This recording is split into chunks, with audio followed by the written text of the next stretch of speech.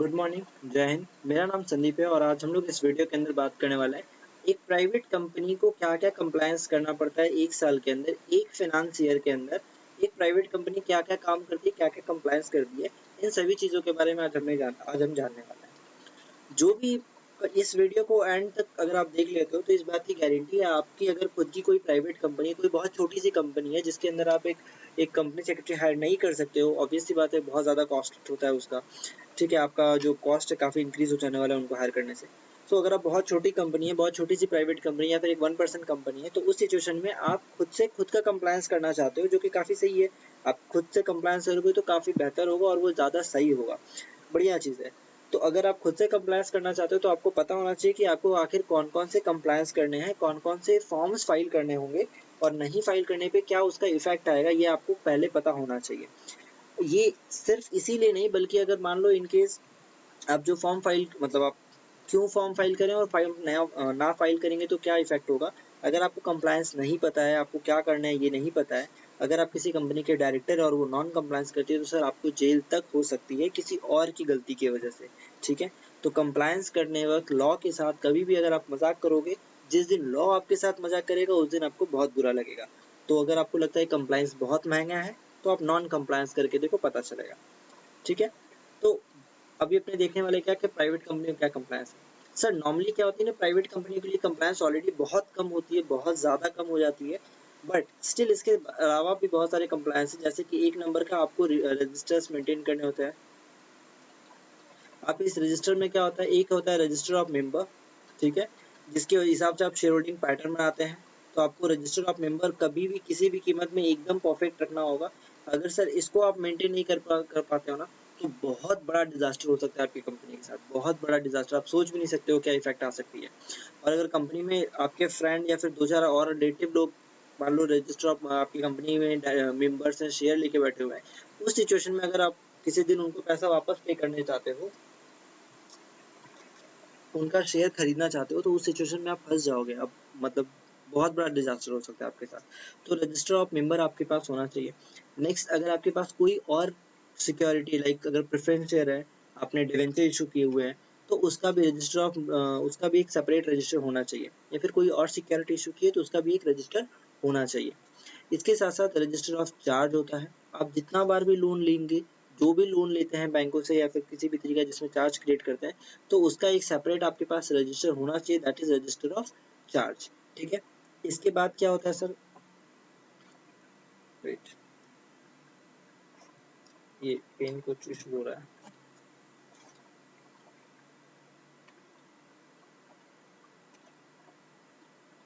Right, register of member आपने create कर लिया सर, रजिस्टर ऑफ चार्ज आपने क्रिएट कर लिया सर। इसके अलावा रजिस्टर ऑफ डायरेक्टर्स होता है, जिसमें आप डायरेक्टर एंड की एमपी बेसिकली हम लोग रखते हैं। की मैनेजर पर्सन एक छोटा सा रजिस्टर रखना होगा जिसमें आपको अपने डायरेक्टर्स का नाम और उनका होल्डिंग रखना होता है। और कुछ नहीं, बहुत बड़ा चीज़ नहीं, ये बहुत ईजी सा चीज़ है। ठीक है, नेक्स्ट क्या होता है sir, LIGS, loan investment guarantee security. LIGS के लिए आपका कितना कितना जगह क्या लोन है, क्या इन्वेस्टमेंट, क्या गारंटी, क्या सिक्योरिटी, इसका आपको एक रजिस्टर मेंटेन करना पड़ेगा। नेक्स्ट, रिलेटेड पार्टी का लिए, अगर आपकी ढेर सारी ग्रुप कंपनियां हैं, खुद की ढेर सारी कंपनियां, तो आपको रिलेटेड पार्टी ट्रांजेक्शन के लिए भी एक रजिस्टर्स मेंटेन करने पड़ेंगे। सर रजिस्टर तो मेंटेन करने ही पड़ेंगे, भले आप उस कंप्लायंस को कर सकते हो बिना मतलब लॉ के कंप्लायंस जो बाकी पब्लिक कंपनियां होती है उनके लिए स्ट्रिक्ट कंप्लायंस है। प्राइवेट कंपनियों को भी कंप्लायंस करने पड़ते हैं सर, रजिस्टर्स तो रखना ही पड़ता है, बट उनके लिए थोड़ा कंफर्टेबल, काफी इजी कंप्लायंस कर दिया गया है।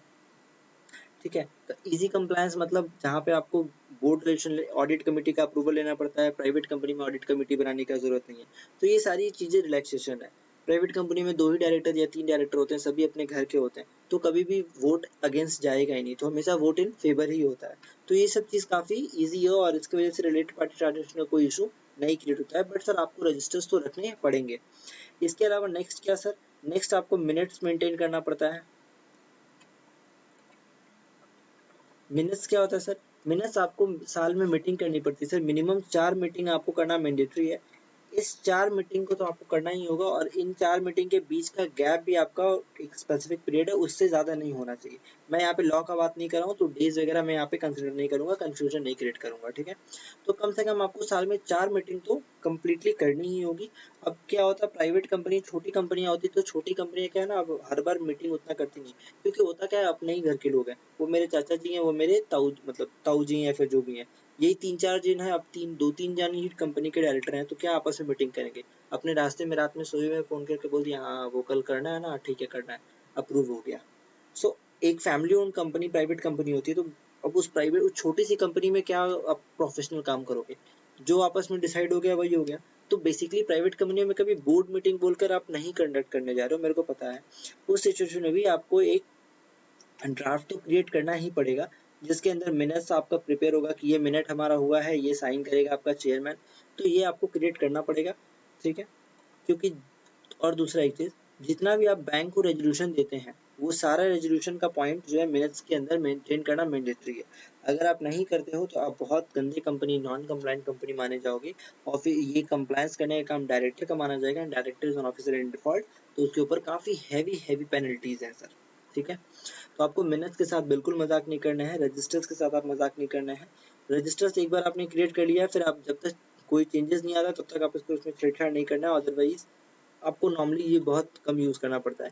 लेकिन सर मिनट्स के साथ आपको हर बार छेड़छाड़ करना होता है, हर साल इसमें चेंजेस आते रहते हैं, हर साल नए-नए मीटिंग्स आपको कंडक्ट करने होंगे। जितना रेज़ोल्यूशन पास होगा उतना आपको डालना पड़ेगा, ठीक है? तीसरा नंबर पॉइंट क्या आता है सर, फॉर्म फाइलिंग का। फॉर्म फाइलिंग में सर क्या-क्या फॉर्म फाइलिंग होता है सर? एक नंबर जो फॉर्म है, मतलब मैं वो बोल रहा हूँ, वो फॉर्म्स जो हर साल आपको फाइल करने ही होते हैं सर। एक हो जाता है आपका MGT 7 और एक हो जाता है आपका AOC 4, ठीक है? प्राइवेट कंपनियों के लिए MGT 7A हो सकता है शायद आपके लिए, MGT 7 या MGT 7A होगा, ठीक है? कुछ छोटी कंपनियों के लिए MGT 7A है, बड़ी थोड़ी-सी बड़ी कंपनियों के लिए MGT 7 है। तो मैं मान के चल रहा हूँ आपके लिए MGT 7A आएगा और कुछ कंपनियों के लिए AOC 4 आता है, ठीक है? यही 2 फॉर्म्स होते हैं जो आपको हर साल फॉर्म फाइल करने पड़ेंगे। इसके अलावा कुछ फॉर्म्स हैं जो आपको फाइल करने पड़ते हैं। सपोज़ करो आप अपना ऑथराइज़्ड कैपिटल बढ़ा रहे हो, तो आपको एक फॉर्म फाइल करना पड़ेगा। सपोज़ करो आप कंपनी का नेम चेंज कर रहे हो, तो आपको फॉर्म फाइल करना पड़ेगा। सपोज़ करो आप कंपनी में प्राइवेट प्लेसमेंट ला रहे हो या फिर राइट इश्यू ला रहे हो, प्रेफ़रेंशियल अलॉटमेंट ला रहे हो, ईसॉप ला रहे हो, कुछ इश्यू लेके आ रहे हो, ठीक है? या फिर आप मान लो कंपनी का बैलेंस शीट चेंज करना चाहते हो, तो उसके लिए कोई फॉर्म फाइल करना है। तो इन सभी चीज़ों के लिए ये क्या होता है, ये बहुत इवेंट बेस्ड होंगे। अगर ऐसा कोई इवेंट क्रिएट होता है तब आपको ये सब फॉर्म फाइल करने होंगे।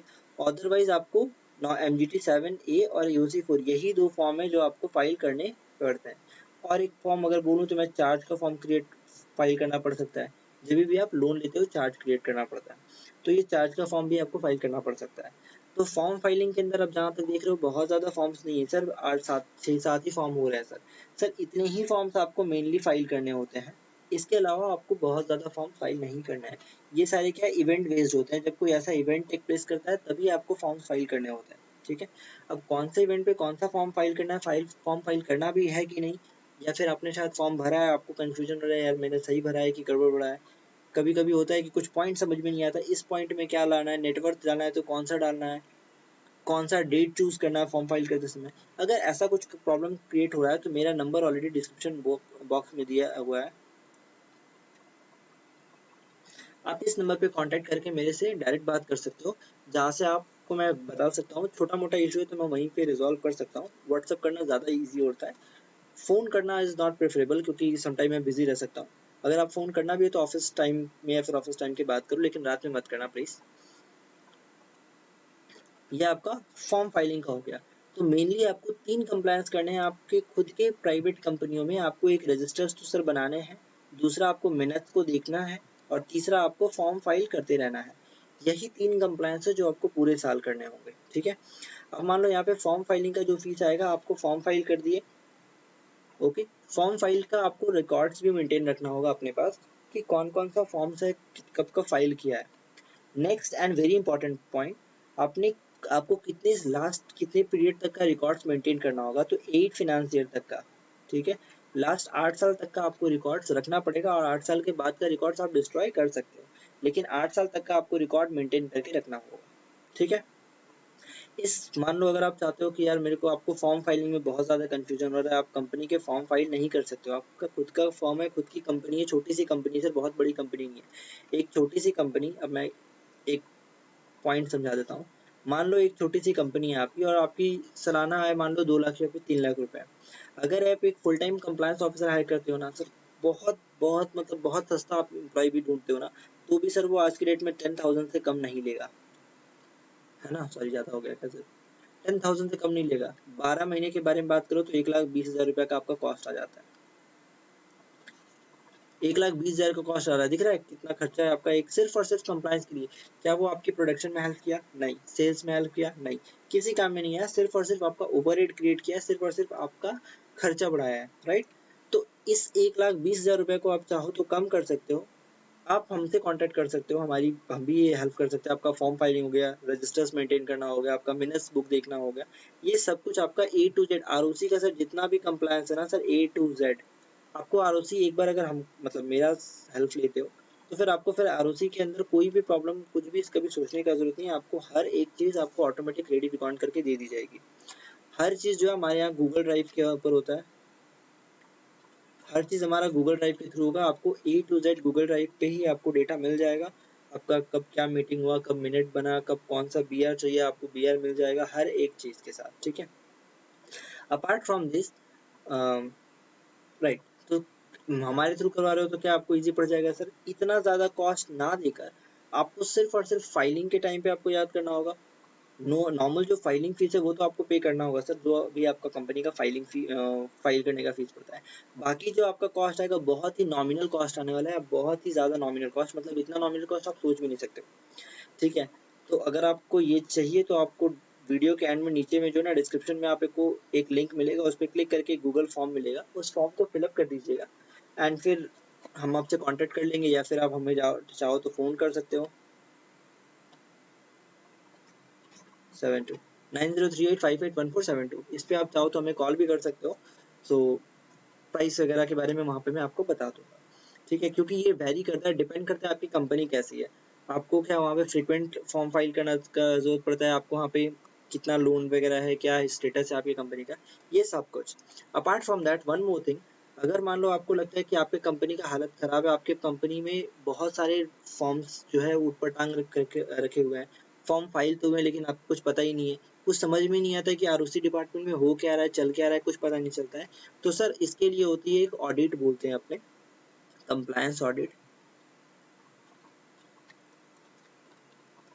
ठीक है। नॉर्मली जो बड़ी कंपनियां होती हैं उसके उनके अंदर सेक्रेटरियल ऑडिट तो मैंडेटरी होता है, लेकिन जो छोटी प्राइवेट कंपनियां उनके अंदर ऐसा कोई ऑडिट मैंडेटरी नहीं किया गया है, बट आप अपनी इच्छा के लिए आप चाहो तो अपने यहाँ के कंप्लायंस ऑडिट करवा सकते हो, जिसके अंदर आप देखो आपको पता चल जाएगा कि आपकी कंपनी में कितने फॉर्म्स फाइल हुए हैं, कितने फॉर्म्स गलत फाइल किए गए हैं, और क्या क्या डॉक्यूमेंट आप मेंटेन कर पाते हो, कौन कौन से डॉक्यूमेंट आपको मेंटेन करना मैंडेटरी था, आपने मेंटेन नहीं किया है, ये सब कुछ आपको पता चल जाएगा। इसके साथ साथ उसको रेक्टिफाई अगर किया जा सकता है तो रेक्टिफाई कर देंगे। अगर हो सकता है कुछ कुछ नॉन कंप्लायंस ऐसे होते हैं जिनका इफेक्ट जो है ना लॉन्ग टर्म पड़ता है, बाद में आपको इफेक्ट आएगा, अभी शॉर्ट टर्म में आपको कभी पता नहीं चलेगा, बट लॉन्ग टर्म आपसे 10 साल बाद, 5 साल बाद, 20 साल बाद आपको वो बहुत बड़ा बर्डन दे देगा। तो उन सभी चीजों को ठीक करने के लिए कंपाउंडिंग कर लेते हैं अपने आरओसी के पास इंटीमेशन करके, पेनल्टी बहुत कम, बहुत ही नॉमिनल अमाउंट होता है, वो अमाउंट देके अपने नॉन कंप्लायंस को हटा देते हैं। या फिर अगर लगता है कि कोई कंप्लायंस है उसको रेक्टिफाई किया जा सकता है कमिंग पीरियड्स के अंदर, ठीक है, तो उसको अपने रेक्टिफाई कर देते हैं, तो वो कभी क्रिएट प्रॉब्लम ही क्रिएट नहीं होता है।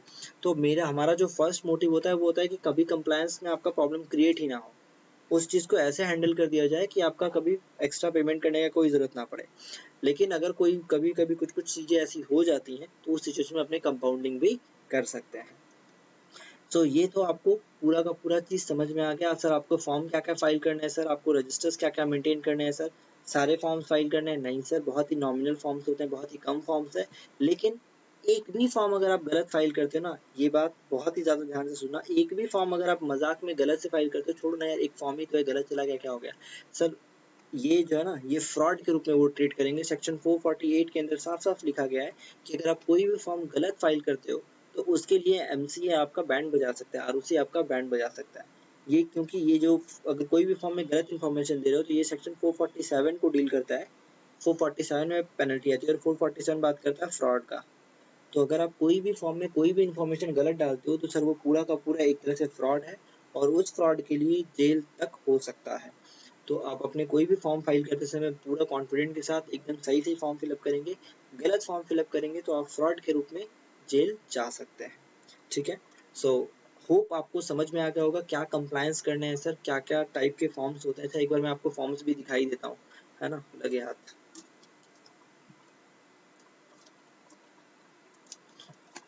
एक सेकंड, मेरे को इंटरनेट से कनेक्ट करने दीजिए थोड़ा सा।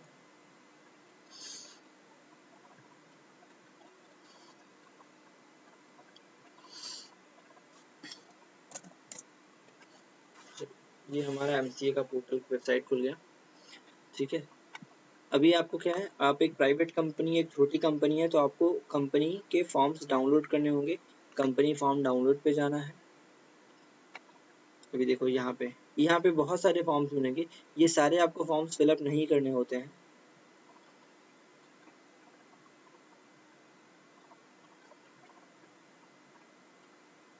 ये देखो नोटिस फॉर सिचुएशन, अगर आप मान लो रजिस्टर्ड ऑफिस चेंज करने जा रहे हो तो सर INC 22 फॉर्म फिलअप करना होगा प्राइवेट कंपनियों के लिए भी। अगर आप पब्लिक कंपनी है इंटू प्राइवेट कंपनी कन्वर्ट होना चाहते हैं, फिर प्राइवेट कंपनी है पब्लिक में कन्वर्ट होना चाहते हैं तो देखो सर INC 27 फिलअप करना होता है। ठीक है। Notice to register for alteration of share capital, अगर आप शेयर कैपिटल बदल रहे हो, आपके पास शेयर कैपिटल 20 लाख था, अभी 30 लाख का ऑथराइज कैपिटल करना चाहते हो तो ऐसे 7 फॉर्म फाइल करना होगा। ठीक है। मान लो डायरेक्टर और केएमपी के अंदर कोई चेंज हो रहा है, कोई डायरेक्टर रिजाइन कर गया, कोई सीज कर गया, कोई डेथ कर गया। ठीक है। कोई डायरेक्टर था उसको मैनेजिंग डायरेक्टर बना दिए। ठीक है। तो इस सिचुएशन में DI 12 आप फाइल करोगे। ठीक है। रिटर्न और alteration of document file with foreign company, ये आपको फॉरेन कंपनी तो फॉर्म फाइल करने का जरूरत नहीं है FC का। ठीक है। नेक्स्ट आपका डिन का बात नहीं करूंगा मैं। CSR के फॉर्म्स आपके ऊपर एप्लीकेबल नहीं होंगे क्योंकि काफी बड़ी कंपनियों के ऊपर एप्लीकेबल होते हैं, तो मैं मान के चल रहा हूँ आपके ऊपर CSR के फॉर्म्स एप्लीकेबल नहीं होंगे। MSME 1 फॉर्म फाइल करना पड़ता है सर, अगर आप MSME इन कंपनियों के साथ डील करते हैं, इन कंपनियों से कोई भी गुड्स के अंदर मतलब सामान लेते या फिर छोड़ते हैं तो ये फॉर्म आपको फाइल करना होगा। ADT 1 आपको फाइल करना होगा सर, ऑडिटर को अपॉइंट करते हो तो आपको ADT 1 फाइल करना पड़ेगा। ठीक है। रिटर्न ऑफ अलॉटमेंट, अगर आप कभी भी right issue, preferential issue, ESOP लेके आते हो, इस सिचुएशन में कभी भी अगर आपको शेयर अलॉट करने होंगे तो आपको रिटर्न ऑफ अलॉटमेंट भरना पड़ेगा। ये फॉर्म अगर आप फिलअप नहीं करते हो तो आपका शेयर अलॉटमेंट नहीं हुआ, भले आपने पैसे ले लिए सब कुछ कर लिए लेकिन फिर अलॉटमेंट नहीं हुआ। ठीक है। डिक्लेरेशन ऑफ सॉल्वेंसी SS9 में ये हर समय जरूरत नहीं पड़ता है। नेक्स्ट नेक्स्ट हम लोग धीरे धीरे MGT 14 जो है फाइल करना पड़ता है स्पेशल एडिशन के लिए, बट प्राइवेट कंपनियों के लिए एक्सेप्शन मिला है MGT 14 फाइल करने से, तो उनके लिए काफी अच्छा चीज है ये।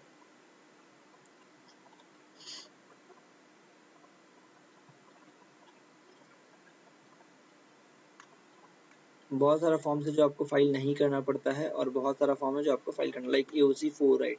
ये देखो ये सब फॉर्म नहीं बल्कि सिर्फ और सिर्फ आपको AOC 4 ये वाला फॉर्म फाइल करना होगा, आप एक प्राइवेट कंपनी है इसलिए। ठीक है। आपको एनुअल रिटर्न फाइल करना होगा, ये वाला मैंडेटरी है। सर अगर किसी भी कीमत पे आप कोई भी फॉर्म फाइल नहीं करते हो तो आपको बचाया जा सकता है, लेकिन अगर आप ये 2 फॉर्म अगर आप किसी भी कीमत पे गलत फाइल करते हो या फिर भूल जाते हो फाइल करना, सर बहुत ज्यादा पेनल्टी क्रिएट करने होगी पहले तो। दूसरा, पर डे के हिसाब से पेनल्टी यहाँ लगती है। ठीक है। एंड थर्ड थिंग, अगर बहुत लंबे समय तक 3-4 साल आप भूल गए, फॉर्म ही फाइल नहीं किए, तो आपकी डायरेक्टरशिप सीज कर दी जाएगी, आप किसी कंपनी में डायरेक्टर बनने के काबिल नहीं रहोगे। ठीक है। सो इतना ही फॉर्म मेनली है इनका। अब ये सब क्या है 1956 एक्ट वाले फॉर्म से, ये सब अपने काम के नहीं है, तो मेनली इतना ही आपको फॉर्म्स के साथ डील करना होगा। इसके अलावा आपको कोई फॉर्म के साथ डील नहीं करना है। सिर्फ जितना भी मैंने बताया ना उन्हीं फॉर्म के साथ आपको डील करना होगा, उन्हीं फॉर्म्स को आपको फाइल करना पड़ेगा। ठीक है। और आपको फाइल कैसे करना है, अभी के टाइम पे आपको यहाँ पे साइन इन के ऑप्शन पे जाके नीचे जाके आपको V2 पोर्टल पे जाना होगा, log in for V2 filing. यहाँ पे आपको अपना लॉग इन करना होगा। ये यूजर आईडी कैसे क्रिएट करते हैं वो मैं ऑलरेडी बता चुका हूँ, उसके ऊपर ऑलरेडी वीडियो बना चुका हूँ। प्रॉब्लम से रिलेटेड भी वीडियो बनाया सर, हर एक चीज़ का वीडियो बना चुका हूँ, वो आप देख सकते हो। वीडियो के डिस्क्रिप्शन में भी मिल जाएगा, चैनल के आई बटन में भी मिल जाएगा। ठीक है। यहाँ आने के बाद आपको अच्छा एक चीज़ और, आपको चार्ज के फॉर्म फाइल करने पड़ सकते हैं सर।